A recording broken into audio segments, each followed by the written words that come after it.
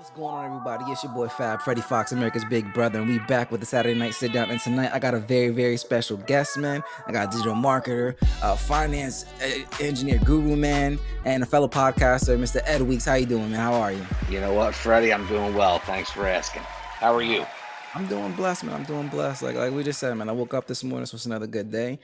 I'm grateful for my family, my friends.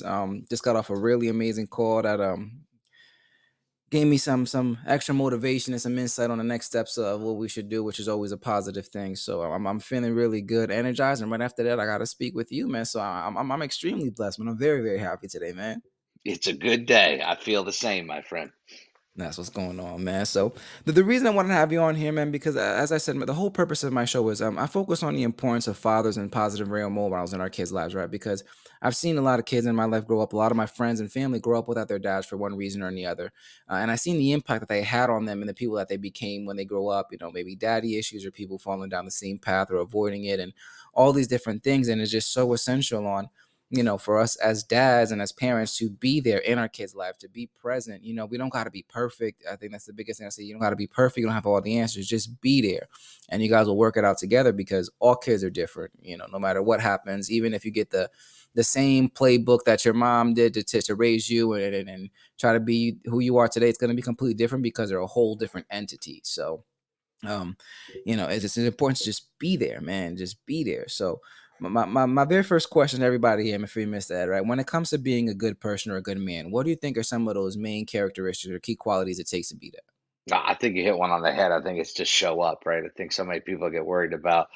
I can remember when my oldest daughter, who's now going to be 26, was born, and it was like, I'm 25 years old, right? Actually, I'm her age right now, and having a baby, and thinking to myself, I don't know what the heck I'm going to do. I don't know how to be a dad. I don't know how to do any of this stuff. And you know what? First off, I had a great dad, but second off, you just do. You show up, you be there, and you learn as you go. So I think that's one of the most important things is showing up. And second off is, be authentic. I see a lot of my own friends struggle with being authentic with their kids. Like, just be real. Be a dad. Don't be a friend. Right. Mhm. I think there's a clear difference in that, and my dad instilled that in me. Right. Just be a good role model for your kids, and they're going to turn out pretty darn good. Yeah, no, absolutely. I think and it's like you said, that be a dad, not a friend, right? We have to remember that we're still parents, and we don't want to be buddy buddy and be there for our kids and try to establish that, but we also have to guide them, right? So I think my mom did a great job, and I'm trying to instill that same thing with my mom. Was always openly honest with me, no matter what I asked her, no matter what I said. She was always straight up and honest with me. So that just developed the ability for me to say the same thing with her. It doesn't matter what it is, the conversations and things.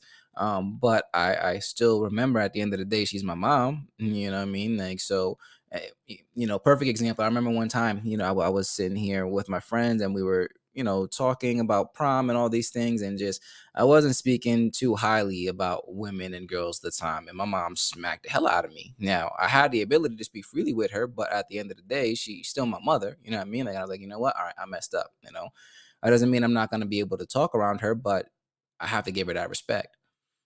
So those are great things too, right? Just being able to speak your mind and have a relationship with your kids. And feel like you said you had a great relationship with your dad. What was your relationship with your dad like growing up?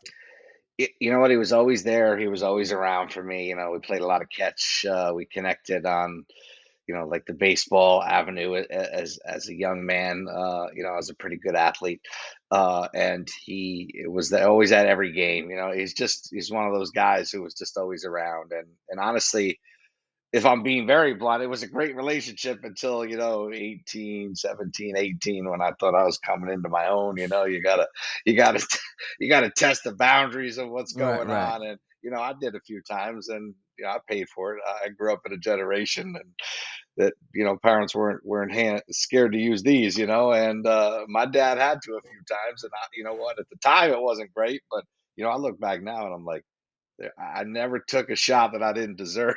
Right, So, right. that's the truth. And there was one point, I just came to terms with this, and I haven't shared this with anybody. So this will be the first time I've ever speaking Oh, of it. awesome. When I was 19, uh, I was doing too well in college, and my dad pulled me out of a university that I was away at, SUNY Albany. Just a little hour and a half away, but it was far enough away to go have some fun and try to grow up. And he pulled me out because he didn't like my grades. And I resented him for 30 years because of that. I don't know. I just had this pit in my stomach and was very resentful. It didn't cause that much friction. He's still my dad and I love him, but I resented that. And then one day I just woke up and realized, you know what? I met my wife, who I'm still with today, three beautiful kids with, working third shift in my senior year of college, and I met her because I was home. So, I always looked at it as he did it to me, and the reality was he did it for me. And Right, and right. it made me just to have a totally different vision of that piece of resentment that I held for so long in a foolish way. Saying, you know what, if I didn't have him acting in his interests, it was his money and it was his rules, and I wasn't meeting what he thought would be good grades. He did it for me. I mean, I can't think where my life would be if he didn't do Absolutely. DMX has said this, and he said everything in life is either a blessing or a lesson. It just depends on how you look at it, right? And a lot of people they look at it too, right? They get caught up in the "woe is me" of the situation, right? Instead of seeing, okay, what is supposed to come out of this and moving forward. It's so yeah, feel it. Like things hurt. You may not get what you want, or you may not go out your way and stuff, and it'll suck and it'll sting. But it sucks a lot more just sitting there and not doing anything about it, right? Or seeing how you can do better, or what is different, or what is it meant to teach you, right? Like you just said, for so long you thought about it, and now it's like, man, like if it wasn't for that move, like would you be with your wife? Like how much different would your life would have been, in those time frames? So if you just gotta appreciate what you have, and this comes out, it comes down to gratitude, right? When you're really grateful for everything that you have and you appreciate the things in life, the big and the small, you don't really face a lot of disappointment. Like you're always content, you're happy, you're in the moment, and more and more things will come because you'll be able to, you leave yourself open to those things, right? Like the law of attraction, when you're stuck in that self wallow and woe is me, or this sucks and this is bad, all you start seeing is all the negative stuff in the world out there, and you get caught up and you just start spiraling instead of shifting it just a little bit, right? And then start attracting more and more positive, and you'll be able to get up out of those situations. You know what I mean? that. Amen.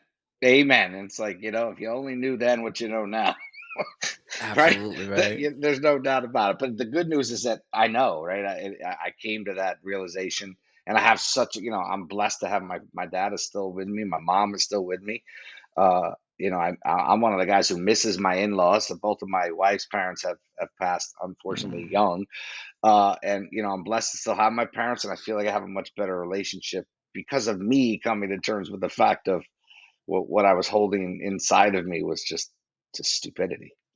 Yeah, and a lot of those things, you have to come to those realizations to have those build or greater relationship with your parents and those understandings, right? Because with my dad, it was quite the opposite, and I share this plenty of times. Is that he didn't come to any of my baseball games or any of my choirs, my graduations, or anything like that. He just didn't go.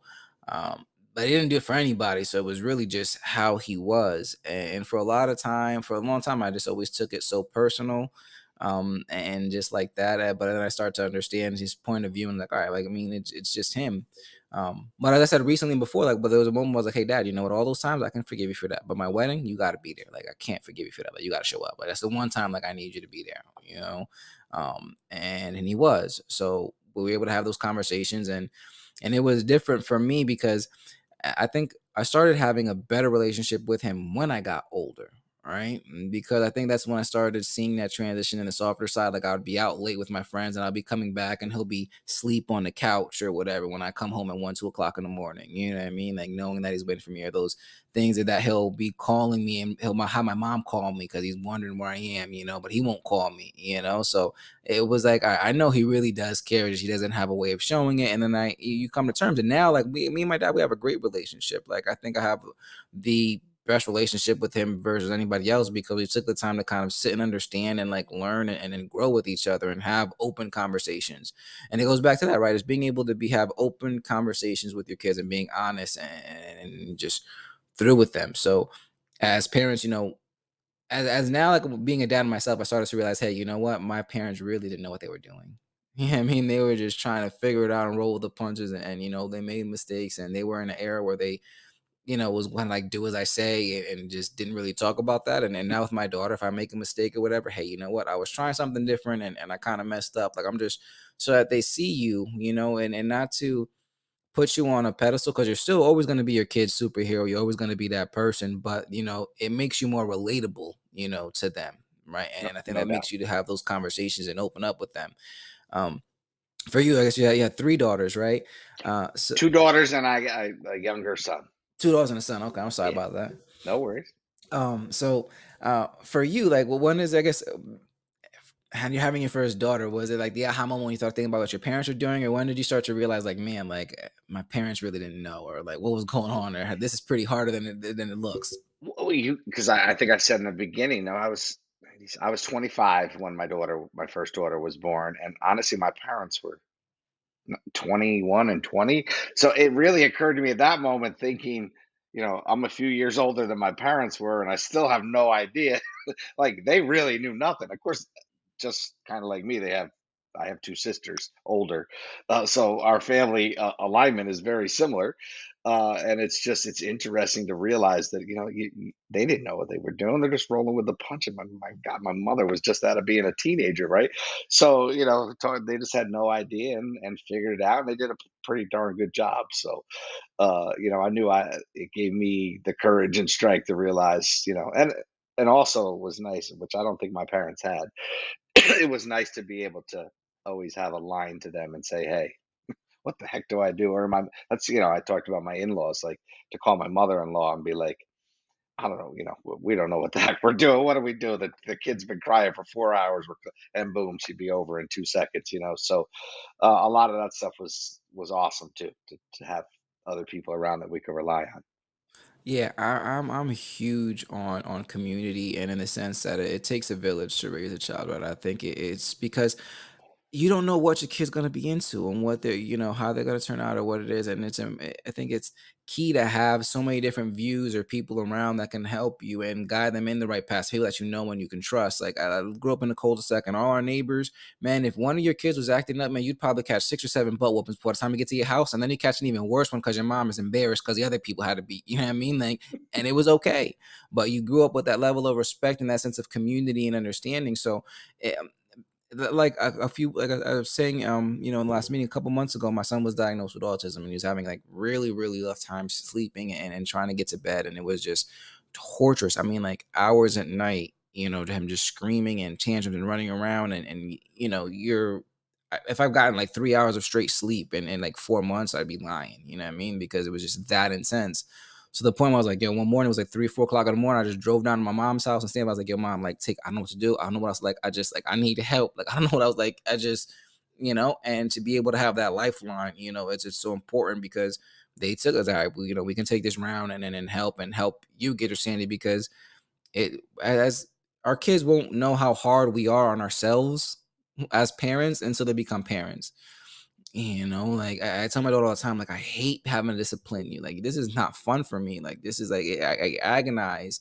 Like I remember one time my daughter, I had to discipline her, and then she had asked me like, oh, if I hated her or something like that, and it made me break down. Like, damn, man, like I don't want to have these feelings, and you're always so worried about, man, like if I say this, is this going to be traumatic to them? Is this going to cause them long term damage because of what happened with me, and how they're going to be able to manage it? And you need help sometimes to be able to disconnect and like find yourself Absolutely. again. Yeah, for sure. These kids say the darndest things, man. They'll rip your heart out in a second. But you know what? It's just Absolutely. pure and so honest that it's just. I miss it with my daughters because they're both older now, and they're tough kids. They're tough adults. They're like I said, my oldest will be 26. My younger daughter is 23. I miss those younger days, and I've been blessed to have my son much later, so he's only 11. And I'm much better parent than I was with my daughters at that age. We're kind of we obviously we preach school and academics, but we love sports. My oldest was blessed to play at close to you, Sacred Heart, Oh, nice. Division 1 softball. Great kid. My younger daughter is a basketball player. She played Division 2. My son is 5'10" at 11 years old. So basketball looks like it's something in his future. But I'm so much more relaxed than I was with my daughters, just because I just pushed them so hard, and it's like they burned out in college, and I blame myself for it. And that was, those are tough pieces of relationships with my daughters. First off, being a guy and having no idea how women think, right? I still can't figure it out. Love my mother, love my sisters and my daughters and my wife, but man, sometimes I'm just so lost.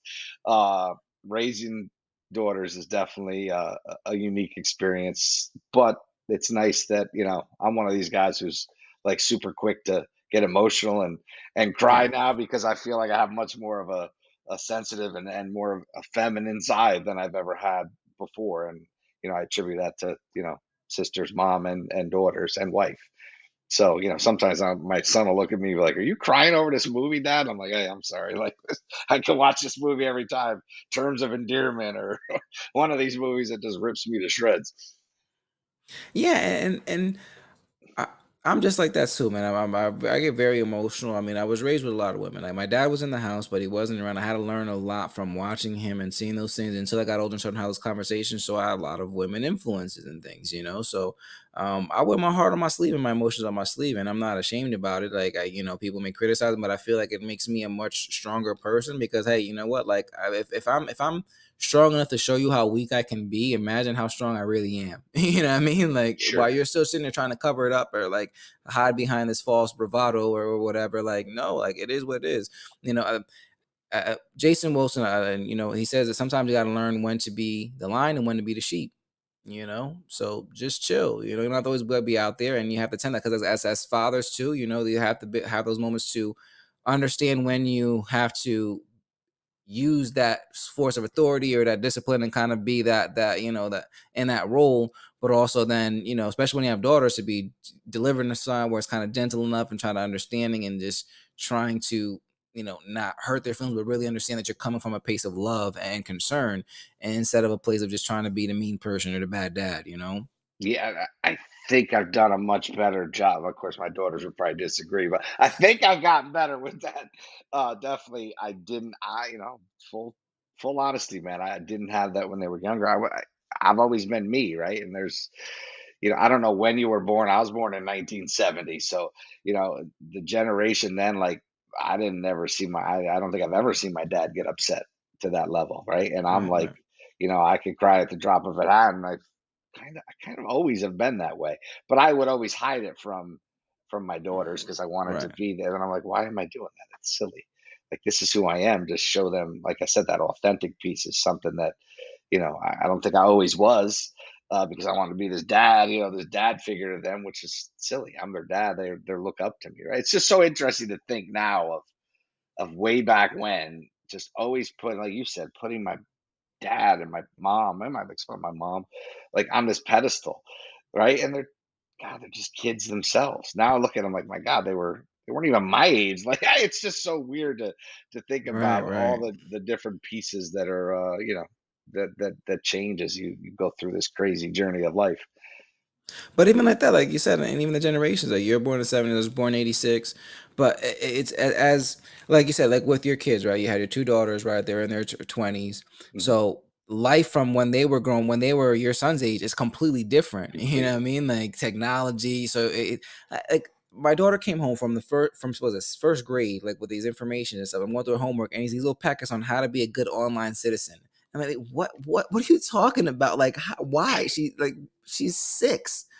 Like online citizen. Like I don't know about the internet or AOL dial up until I was like 13 years old, and we had to like argue who was going to pick up the phone because you were downloading a song that's going to take you 3 hours for a 2 minute song. Like you know what I mean, like So different. It's so different.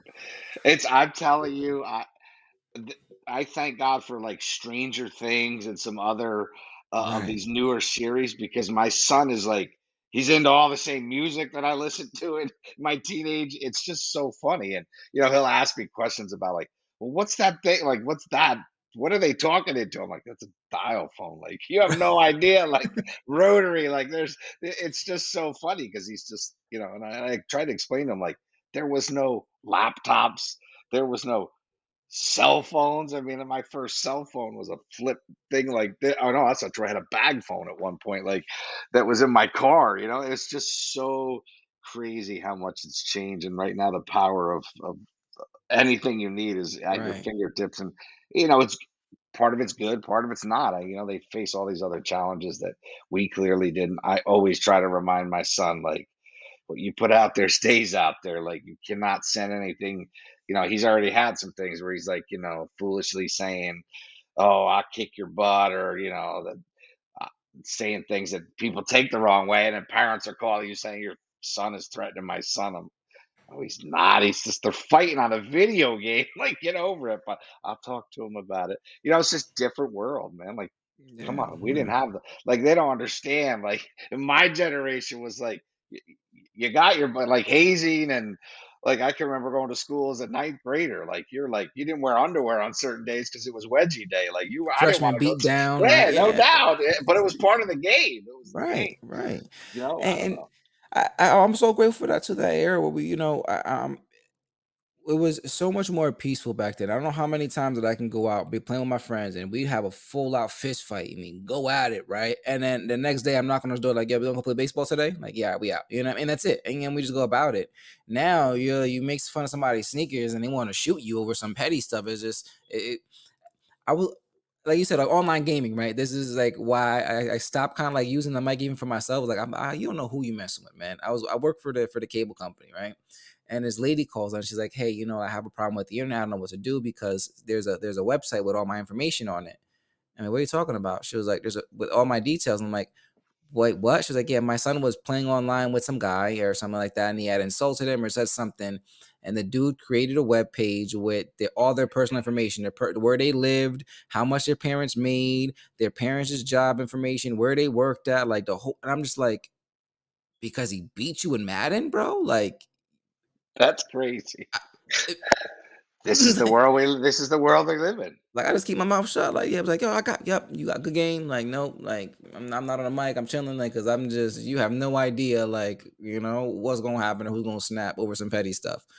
I mean, just like especially with all these like things in school and stuff. Like you said, different challenges, right? I remember back when Columbine happened. Right, the very first one was like the huge thing. Right, I was going to my freshman year in high school. Right, and I never forget it was my day one, and I'm walking down the hallway of this brand new school, and this kid comes around the corner with a trench coat. I turned around and left. Like I ain't gonna, I just Oh, like, it's like sure. I'm not going, you know.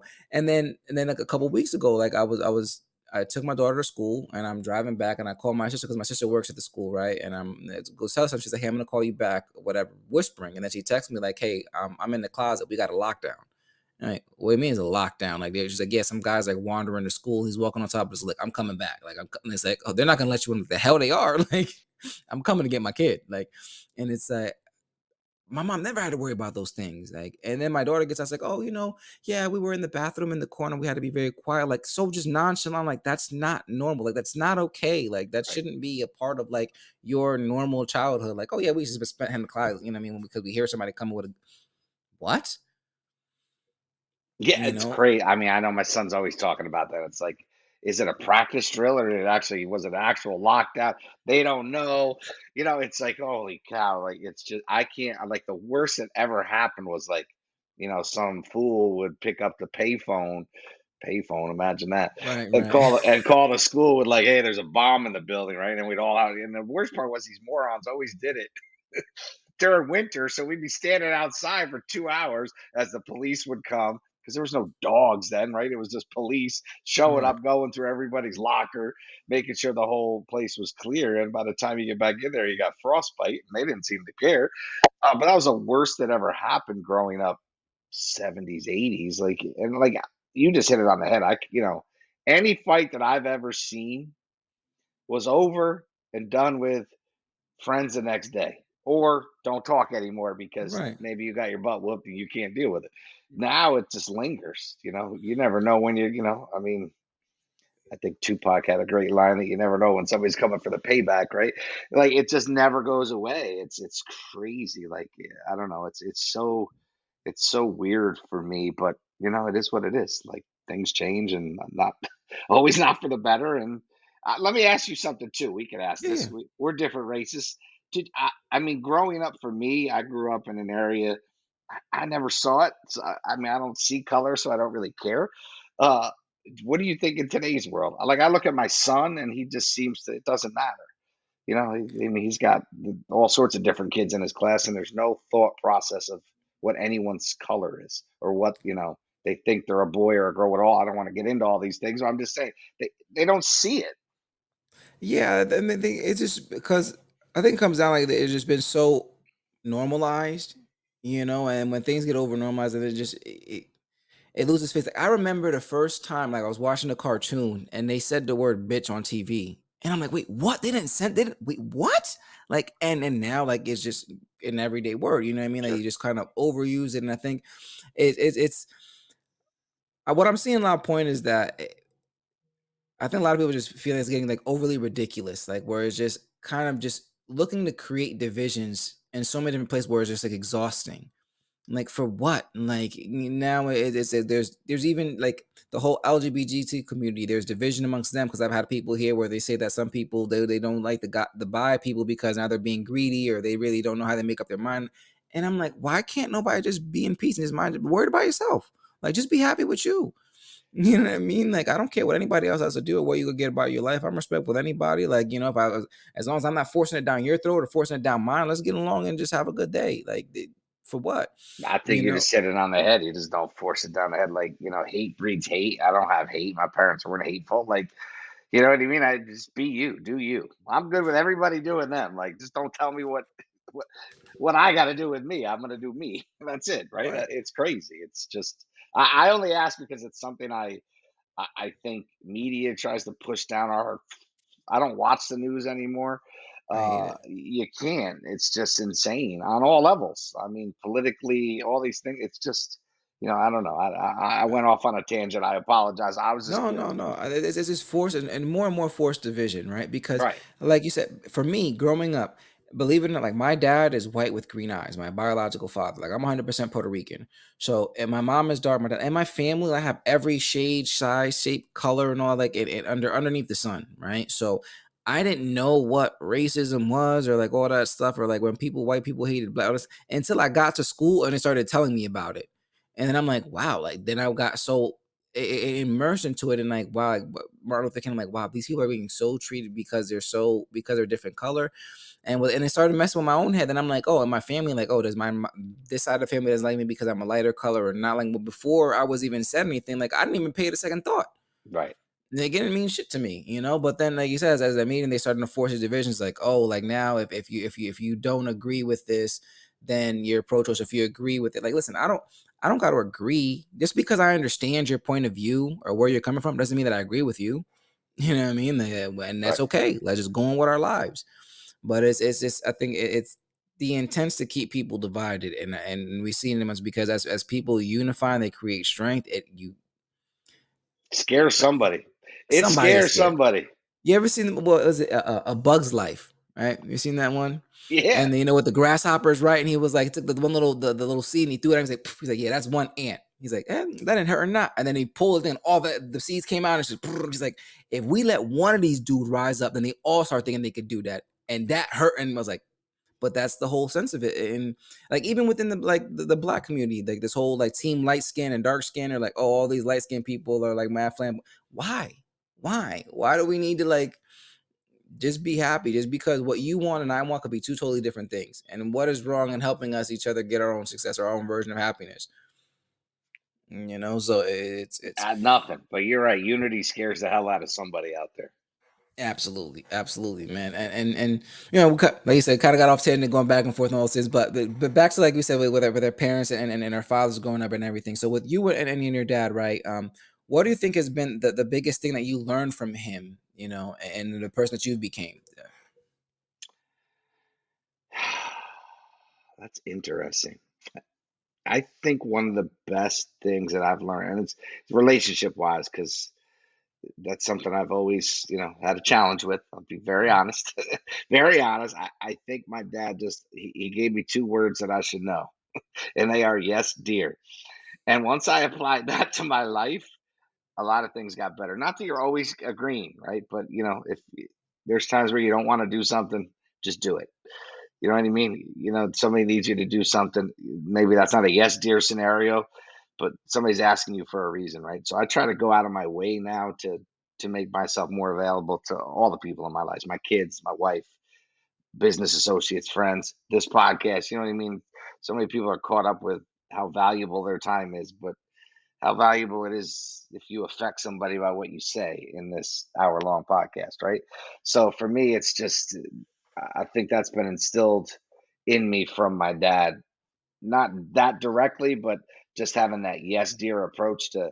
I think I asked him, how have you survived 50 years with mom? He's like, just learn to say yes, dear son, and you'll understand. And at the time, I was like, yeah, right, that'll never happen. But as I've aged, it makes a lot more sense to me.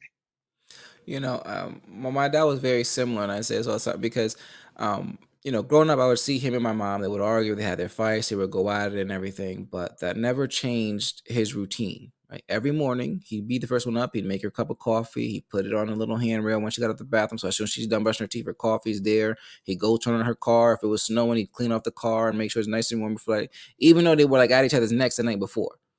You know what I mean? Like, and everything. But he would always say, like, that's never going to change how I treat her, right? Like, and that's what I place my wife. My wife would ask me, like, "Oh, what is one thing about me that you would change?" And you're like nothing. Like when I say I love you. Everything about you, the good or bad, there's nothing that I would change. There's nothing I would want differently because then you wouldn't be you.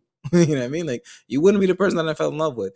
So if we have an argument, if we're going through tough times, we're battling and everything like that, because I love you and I choose to love you every single day. I'm gonna wake up the next morning. I'm gonna make you your breakfast. I'm gonna make you your toast. I'm gonna do what I need to do to take care of you because just like he told her, my mom's mom, I'm gonna take care of her. I promise I'm always gonna take care of her. I made that promise to your parents when I said I do. When I married you, I'm gonna always take care of you through thick and thin, good or bad, whatever. Like you're gonna have your breakfast, you're gonna be food, and you're gonna make sure you're gonna be taken care of. There you go. Beautiful. You know, so I think that's huge. Like, especially I think that's when it comes like you say, like people when like, oh, these relationships like 50 years. First off, congratulations to your parents. That's 50 years plus. I mean, that's amazing to Amazing. benchmark to me. What is it Because now? Maybe 55, 57. They got to be approaching 60 at some point. right. Mm, So and well, I remember like this one quote that I think that I loved so much, and they asked this older couple, right? Like they've been together for all these years, right? And they said, how is it that you guys maintain your relationship? And they said, we were raised with the mentality when something broke, we tried to fix it instead of just replacing it with a new one. You know what I mean? Like, which is true. You know what I mean? Like, you make do what you got. Like, and not saying that that's that, but like I told my wife too. Like, if we really want to be with each other, then I don't care whatever problems we have. As long as you tell me at the end that you still want to be with me, then we'll figure it out. Like, we'll argue, we'll bash our heads, but if at the end of the day we still gonna be together, then cool. I will go to war with you. You know what I mean? And as long as we have that end goal. But the moment that if you say you don't want to be here anymore, I'm not gonna fight for somebody who doesn't want to stay. I sure. don't want to like have that heartache or hardship with each other either. So that's the whole concept of the conversation when I go into it. Like, I mean, we may not be happy, we'll go out and stuff like that, but like, that doesn't mean that I'm gonna go anywhere or I'm gonna love you any less or I'm gonna walk out because I would much rather work and try to repair what we have a million times over than try to go out and try something new. And then for what? Like these other guys are joking too, but it's true. Where it's talk about like hoflation, right? Like they say, like men nowadays have to work 4 times harder to get a woman 20 times worse than what our dads had back then, right? And nothing against, like I said, my wife is amazing. I think we complement each other's roles tremendously. Like we work together as a team. She goes to work, she works a 9 to 5. She allows me to sit here, produce, do what I got to do here with the family and the kids. I take care of the kids, take them to school. We communicate, we work together, and our goal is the same, right? To have our family and we work together. And that's the point. When you want something, when you want somebody, you work together, you do whatever it takes by any means necessary, and you'll see how much happier you are. And then when you look around, you see these people going through these problems, like, damn it, I'm glad that ain't us. You know what I mean? I say that so many times, people arguing. I've seen, uh, dispute over custody battle outside my house, and I'm just like, them going at it. I came inside, looked at my wife, I gave her a big kiss. I said, I'm so grateful for you. Thank you. I love you so much that we are together and we're working this out, and now we can figure things out together as a team because Back to the whole point, it's like our kids. It's essential that they have both their parents, whatever that looks like. Have both your parents. Amen. And they're involved in your life, that are there to love you and care for you, and that are just present, and just want the absolute best for you. For sure. I So, always interesting to listen. I just think that everything good or great in life is hard work, right? So it's the same thing. Like, and believe me, I've had a rocky roller coaster. We're not going to get into that whole conversation. But I've had ups and downs in my relationship with my wife. But at the end of the day, I've been with her more than 55% of my life. So, I met her at senior year in college. I was 21. So, and now I'm 52. So I've had, she's been the one rock and mainstay in my life. Whether we were always together or not is a different conversation. But at the end of the day, it's been hard work, and it's been worth every bit of hard work that it took to get to where we are now. Our relationship is it's unbelievable. It's like uh, she's the career pension. She's got a great career, the 9 to 5. She's gonna laugh if she sees this because she wishes she only worked 9 to 5. But she does that. And I do a lot. I bring my son to school. I pick him up. Our daughters, they do their own thing. One's away and one is still here with us. But I cook. I do what I got to do, and it's like I never saw any of that as a kid. Like my dad he was the guy who went out and came home to dinner on the table. I love to cook. Like, yeah, mhm. I don't do laundry because I would mess it all up, and I know my weaknesses. But cooking and helping out and doing other pieces, cleaning and doing things, I got no problem with that stuff. And I like my son to see that because I'm Yeah. always like, dude, you want to learn how to cook because you know what? Nowadays, like your woman is going to want you a man who knows what he's doing. In the kitchen. Like they like that. That's so let's make sure we know how to do that. And something that wasn't instilled in me. And truthfully, I hope he's more well-rounded than I was. Well, that kind of I guess what leads me to my next question I was gonna say, but I guess now if we're looking at them and just my son specifically, right? What's one thing that you really want to make sure that you instill in him, like that he really understands? I mean, do whatever you can do to have no regrets. Uh, Mm. Let me explain that a little deeper. So, I've been on my entrepreneurial journey about 7 years. Woke up in my mid 40s. Was in big pharma, moving up the chain, golden handcuffs, good money, good benefits, all these other pieces going on. And my wife looked at me and said, "If you don't leave that job, you and I aren't going to be together much longer. So make up your mind and do something different." So I decided, you know what, she's spot on. She knows me better than anyone. I was miserable and I was starting to think about, I don't know why, in my mid 40s, probably because, if I make 90, that's an accomplishment.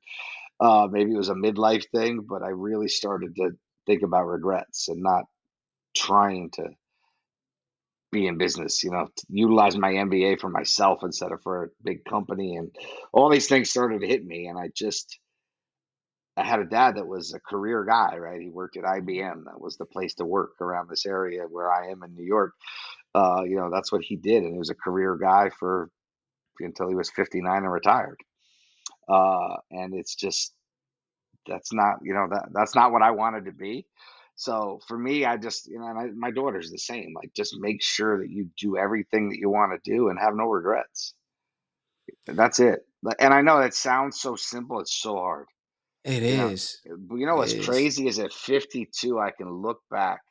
I think Steve Jobs said this, like, I can connect every dot that got me to here. And while you're going through it, you're like, what the hell am I doing? But now when you look back, it's so, even why I'm sitting here on this podcast, like now it's, we met in a group, right? And I took the initiative of talking to Craig for like 20 minutes one day. And the next thing I'm like, this guy just gets it and me, and I want to be around this whole community. And boom, I'm in and I just go because I don't want regrets. I want to be around the right people.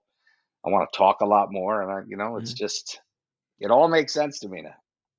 Yeah, no, I love being around people and this connection, and we have to go by, like we said, like I have to keep our minds open and aware of what's happening, right? And be grateful because everything's gonna lead you to the next step. My dad, a couple weeks ago, I was sitting here and Now, like I said, now we got to the point where when we talk and he drops these gems on me that I know nobody else is hearing because they don't take the time to listen, right? They they look at him and being crazy because one thing, like I said, my dad as I got older, I started understanding like why my dad was always so secluded. I always think like he always so antisocial and so like just to himself and everything. And then as I got older, I realized he's keeping his sense of peace, right? Not everybody is worth his time. The people who really matter when it really matters, he's there. He shows up because when my dad shows up for me, he goes all out, man. Like I mean, above and beyond.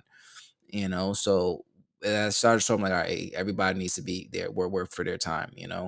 But back to like you were saying about like everything with regrets and everything, and I seen this quote, and it really started to hit me too because it says, people fear the price of success, or they're not willing to pay the price of success. Just where do you get the bill for regret, right?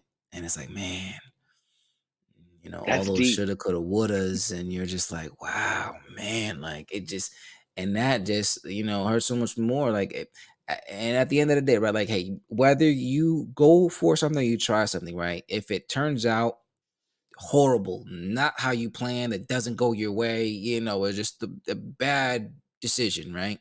But at least you tried, you figured it out, right? And it may give you insight to something else, a better decision. Like it was it when times the light bulb, right? He's like, oh, you failed 1,000 times. He's like, nah, I just figured out 1,000 ways not to do it. How you flip it, right? Like, It's how you flip it. It's 100%. And not everything I've done has been great. I'll promise you that. But at the end of the day, I've learned and I've learned. I continue to learn, and I always want to learn. I just like my wife is going to retire, right? I mean, that's her goal. Whatever that happens, it happens next few years. Me, there's no such thing that even enters my head.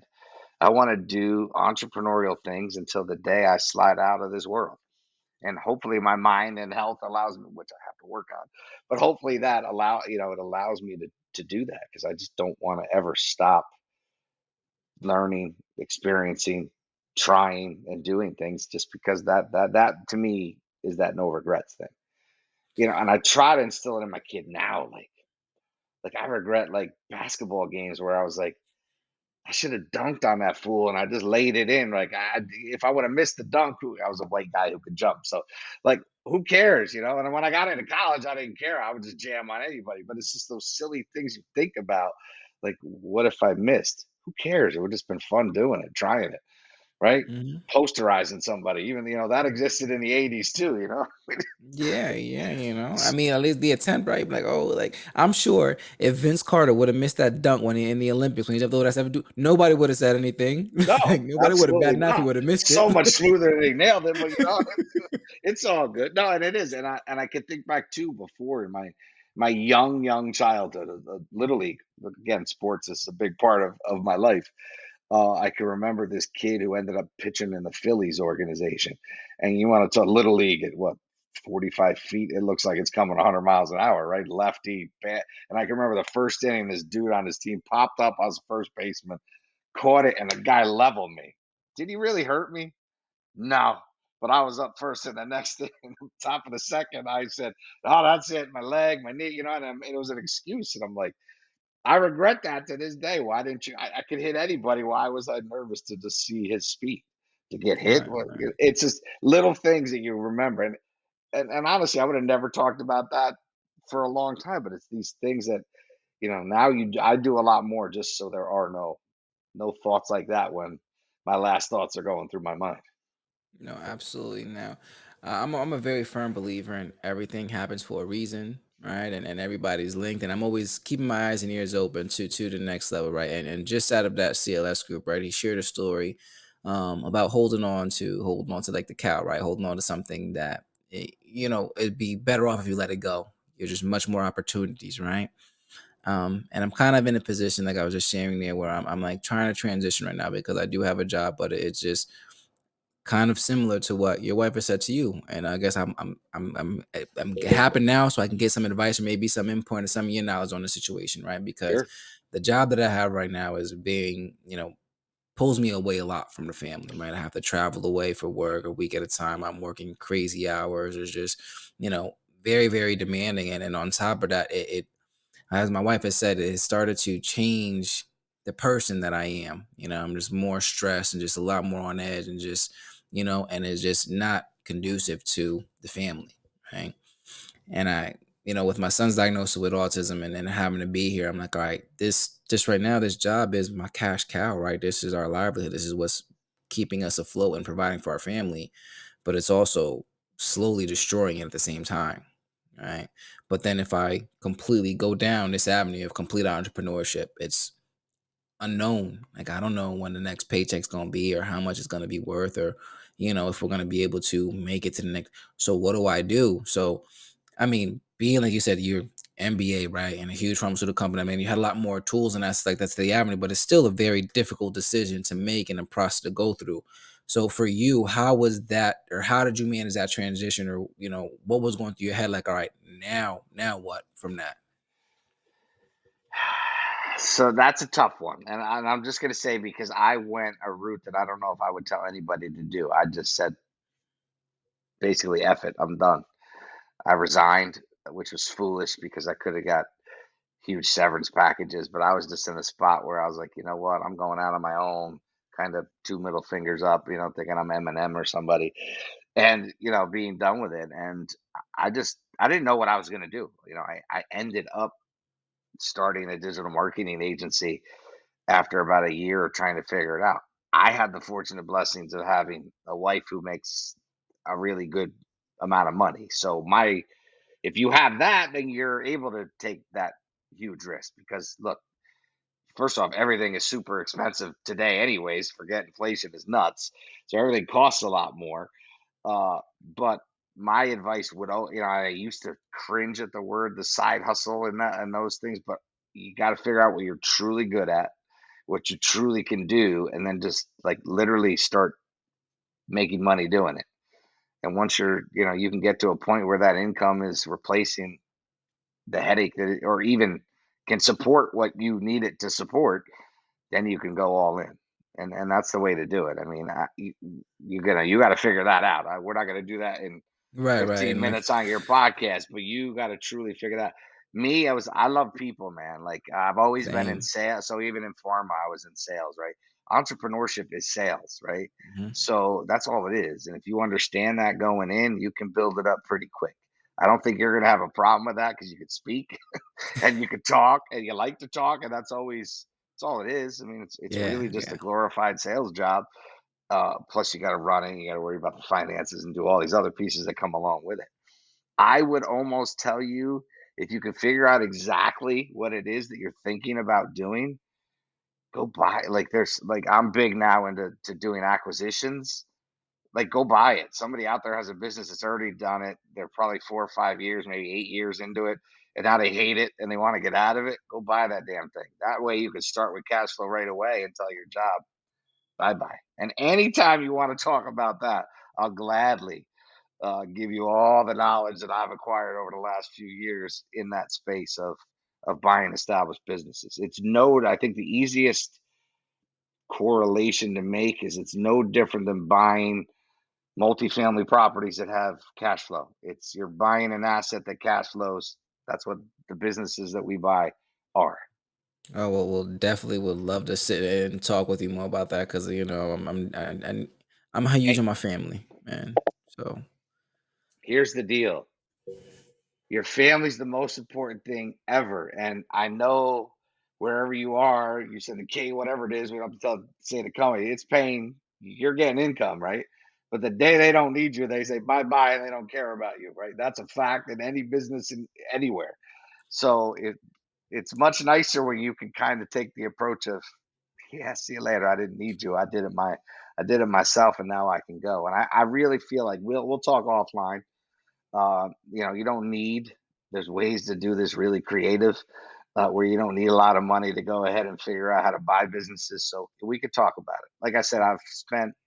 It hit me during Corona, during the pandemic, because my digital agency was dental medical, and we work with a lot of offices doing mhm. lead generation.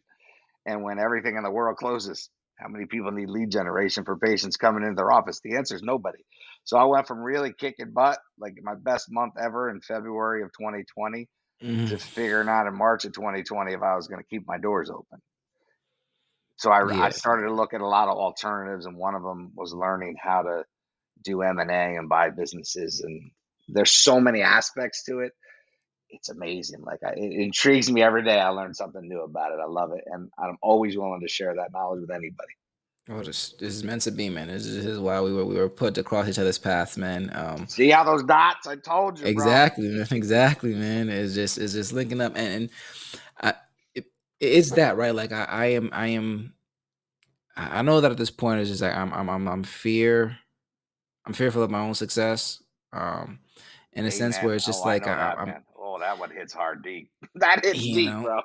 So, that kind of, but back to like you said, like with the whole job, and I'm glad you brought that up because it kind of slipped my mind for a second. But with this job that I'm at now, they actually did that to me 2016. I was working for the same company, I was with them for 8 years at the time, and got bought out, and a couple months later, laid everybody off. Right. And I'm like, damn, like never again. I said, I'm going that point I was like, next person gonna fire me is gonna be me. Like I'm never again I'm gonna go through this because you know what I mean. I'm going through all this stuff to support my family, and now I'm left with, you know what I'm saying, you know, in the wind with nothing to defend for myself, and nobody else cares. Gratefully, like I did get to go to school because of that. They paid for me to go back to school. I got my degree in something. I got to see the world. I got to kind of explain more into this avenue of entrepreneurship and stuff, and this people thing. And then it's just this, like, I love this podcast. I love what I'm doing. And I know, like, I know, and then I know, like, it may not be generating what I need to generate right now, but I know if I really put it, so there all the signs from today and this whole past couple of weeks is just telling me, if I really put into it and really dive into this head first, that is going to make do what I needed to do. I just got to trust myself and trust the process, and just let go and just let go. You Uh, can't fear success because I have for 50 years, brother. I'm telling you point blank. I could have a lot more time and freedom and other pieces because I've always ultimately sabotaged myself and not done the things that I should have been doing to get ultimately where I know I could easily be. mhm. The regret thing comes back a lot. There's oh, you want to go play golf and drink a dozen beers and do these things. Well, yeah, everybody does, right? Yeah, but that's why everybody is at a certain level. And again, I don't know where you need to be at financially, but again, I want to be the one. I'm a big Ed Milet fan, so the one is about changing the path for everybody behind me, Yeah.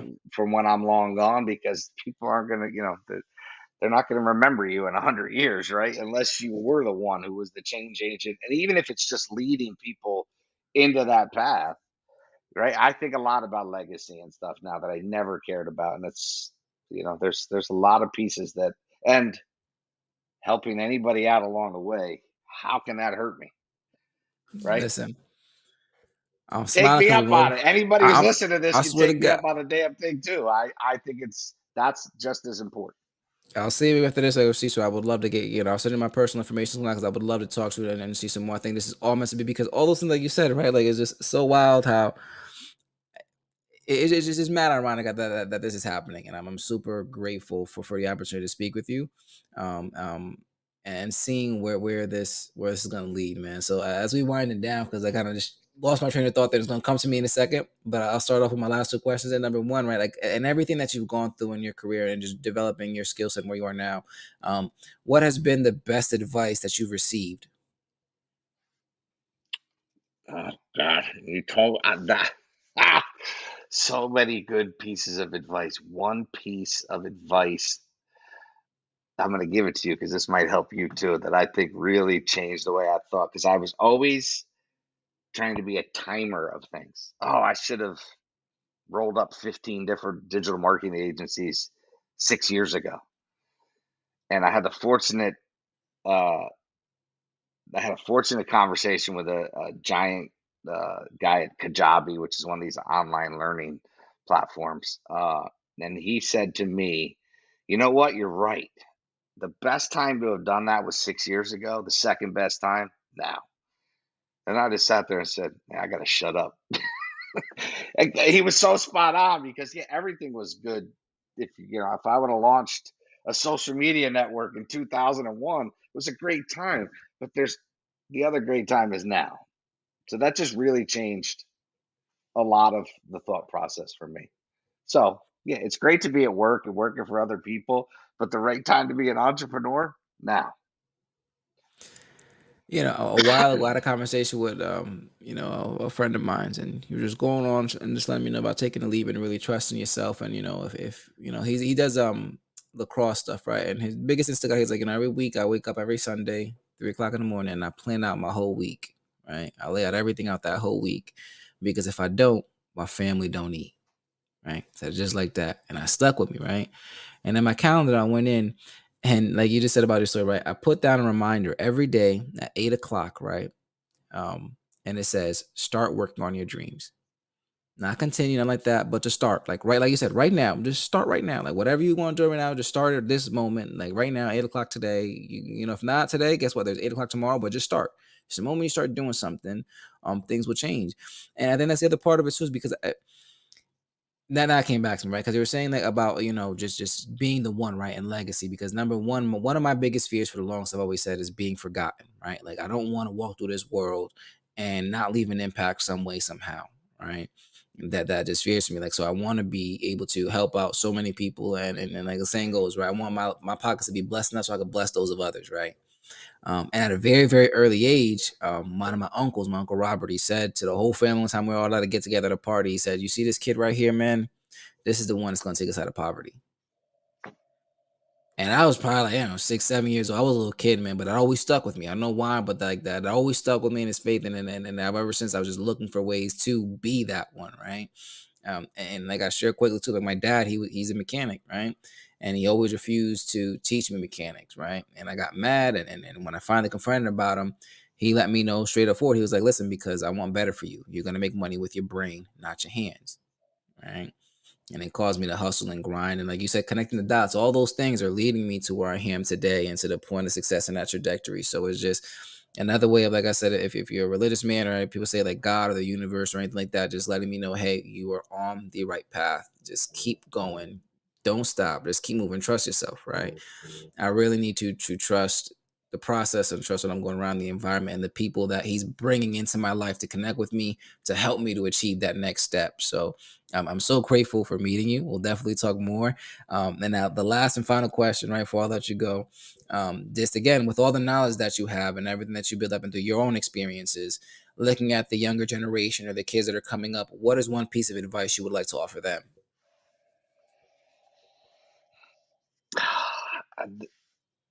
I don't know how you feel about the law of attraction, but I Love think it. okay. So this is why we're on this podcast together, right? It's real, right? And I think the younger, like I never got this as, and hopefully somebody in the younger generation can hear this and get it. I just, if you really firmly believe and start to just will your way into what it is you believe, it's amazing the doors that are open. It's truly amazing what happens. Like, if you think about all you're obsessed with, it's there's different versions of it in all the people who write the books and do these things. But at the end of the Yes. day, if you really just have that deep down faith, which, I'm spiritual, so I'm good with that. I'm a God fearing man, so it's all good. But the reality is there's reasons why these doors open, right? The law of attraction, I just think is just it's that hand. I've always said that I have this guiding hand. I defined it at one time as pronoia, which is the universe conspiring to make everything me avoid bad things and good things happen. And once I actually put that on an Instagram post, all this crazy bad stuff started to happen to me. And it took this wonderful woman, TC, if you hear this, I love you. You're the best. And at the end of the day, she said, you may label it what you want, but you have some great angels that are guiding you, and they probably said, yeah, you want to find out what pronoia is, yeah, let me just go away for a little while and let you deal with some real crap. And now that they've been back, it's amazing how it aligns. So I don't want to weird people out or anything, but at the end of the day, I think it's just where there's a will there's a way, and it's amazing when you really firmly believe it how it happens, and it happens consistently. And you can point to it. You said it. Oh I didn't yeah. say it. Oh You yeah. said it before. We were attracted to each other. That's a law of attraction. We have very similar paths and backgrounds and similarities that we need to connect on off of here. So I think that as a young man, woman, whatever you think you are, if you can just understand what the law of attraction truly is, amazing things can happen to you a lot sooner than they happen for me. No, absolutely. That is so true. I don't like how many countless things I can look back and say that that's because of the law of attraction. I mean, countless and countless things like I said to myself, and I say probably now, like everything in my life, everything that I have right now, I've once envisioned and wanted and asked for. Every single thing, good, bad, ugly, up, down, every single thing that I've ever asked for and really, really asked for, well, again, I've received.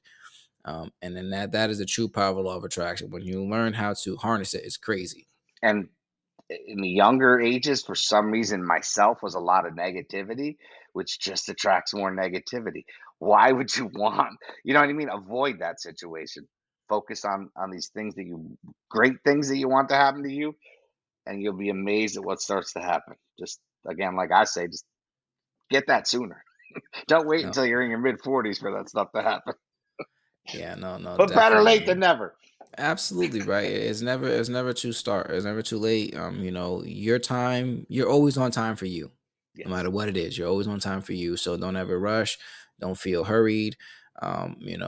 You have to go through things to understand and develop your character, right? Like that's the only way you shape who you are, right? Through the experiences that you encounter in your life and how you decide to go about them. That's determines who you are. So there um, you go.